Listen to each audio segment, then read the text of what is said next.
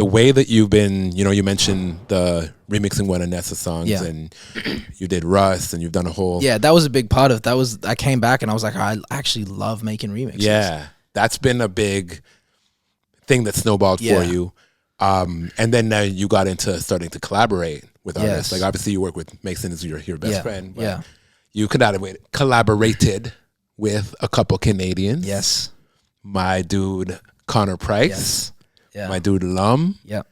How do you go about deciding who do you collab with?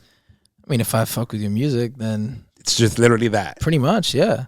The Connor one was crazy because I mean, like everyone seen his content everywhere, and especially the Spin the Globes. Like that was that was the biggest thing on the internet for a long time.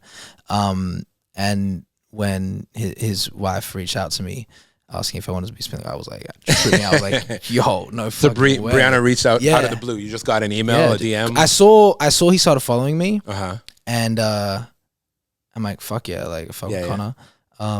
But I never want to push for like collabs. I always want it to come organically. Like if someone cool follows me or something, I'm never gonna ask for a collab. I want to build relationships with people first, and then I saw Brianna started following me. I'm like, I told my manager, I'm like, I wonder what's going on here. And then she reached out and said, I don't know if you've heard of the Spin the Globe things we do. I'm like, it might have crossed my mind. And yeah, I mean, and she was great. It was such a easy process, and I was ready for it. I was ready. And she's like, oh, send me a song, and she's like, I don't know if you're gonna like fuck with it. Like, if this is okay, we can do another. I'm like, this is the most fire shit I ever heard. It was a banger. I wrote my verse in like 2 hours, and then that was a crazy. That was great. That was an incredible moment. Yeah. And how did the Lum one come about?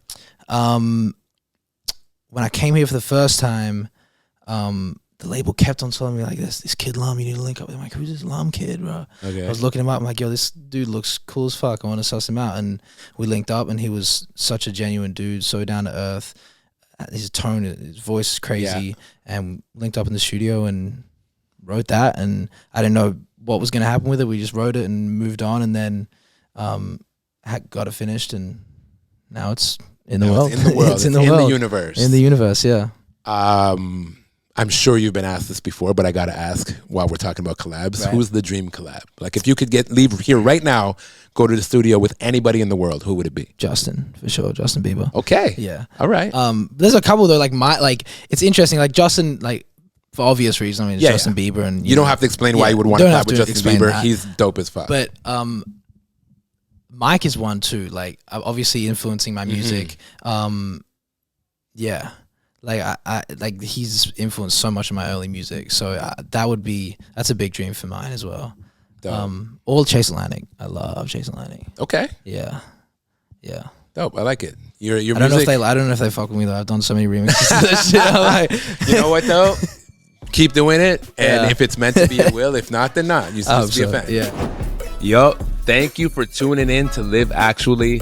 This was just a clip from this week's episode. If you want to see the full episode, click that link right there in the description. It's the first one right there. You see it right there. And while you're at it, make sure you hit that subscribe, all right?